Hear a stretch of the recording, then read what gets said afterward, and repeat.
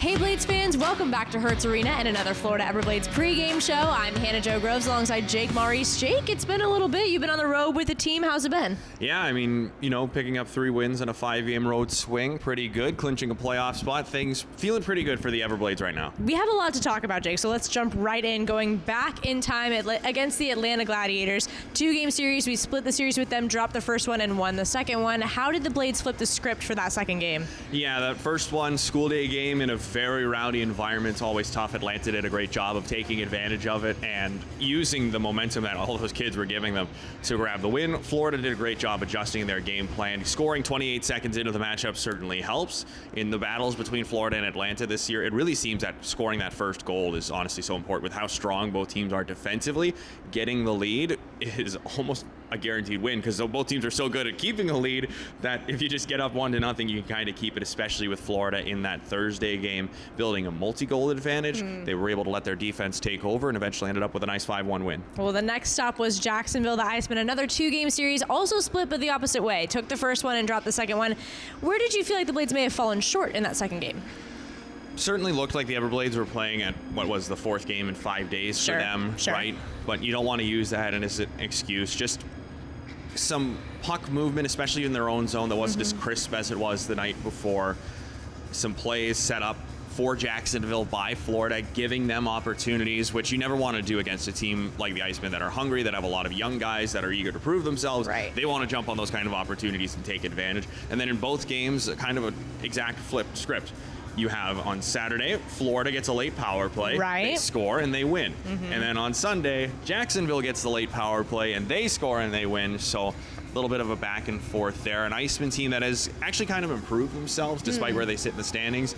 They played really well over the weekend. Kyle McClellan played great on Saturday in his first Blades start to get the Blades the win in that one, clinch the playoff spot. And then Sunday, Johnson also played great, had the Everblades in position to win, just unfortunately giving up that late goal to suffer the loss. And then the next stop was Orlando, who of course we're very familiar with. They played on a Wednesday night, and of course the Everblades were able to pick up that 4-1 win on Wednesday. So Jake, we're very familiar with them, as I said. How have the Blades been able to use that familiarity to their advantage? Well, they've been using it pretty well, right? Up to an 11-1-1 record against Orlando this year. Perfect 7-0 at the Kia Center this season.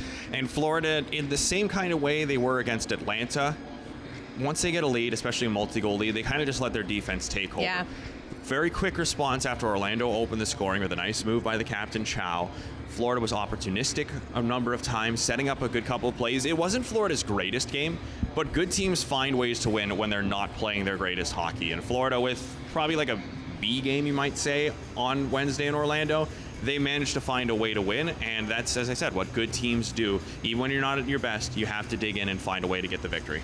The Blades are a pretty good team, and Jake, we kind of buried the lead here because on Saturday night we clinched a spot in the Kelly Cup playoffs, and this is the 11th straight year that the Blades have done this. What runs through your mind when I say that? I mean, to be honest, and Coach Ralph says the same thing, it's kind of just the expectation here to make the playoffs, to especially not have to clinch them in game 72 or something like that. Nope, we're the second team in the ECHL, first in the Eastern Conference to lock in our spot.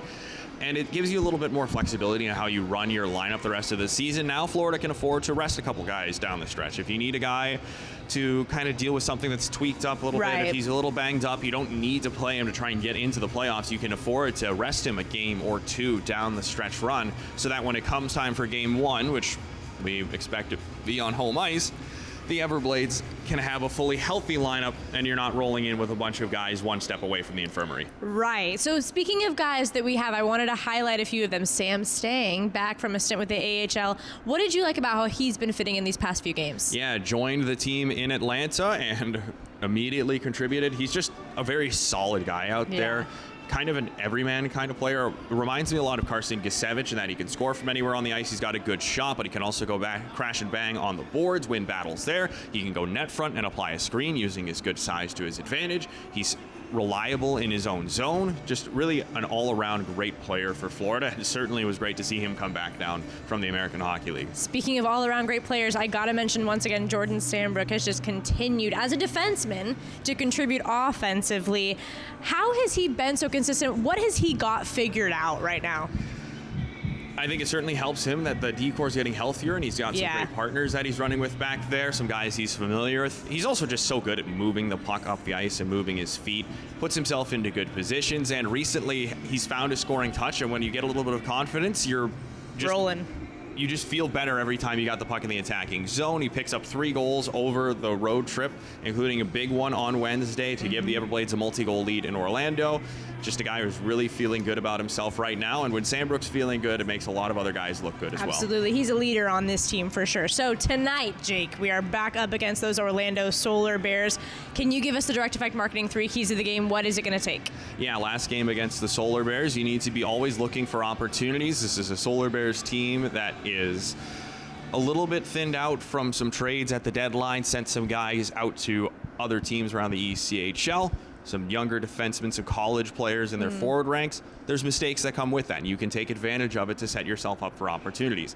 Second off, special teams wasn't the greatest week overall for Florida, special teams-wise, especially weirdly enough, the penalty kill actually struggled up into that game against Orlando where they seemed to right the ship. You want to keep that going again tonight. Yeah. Make sure you can build positive momentum with your special teams going into the postseason as well, starting tonight against an Orlando team that is all right in both power play and penalty kill.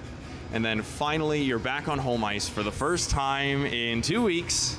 A long time. First time since clinching a playoff spot. Going to have a good crowd. It's kids' takeover night, so you know you've got a little bit of extra energy in the building.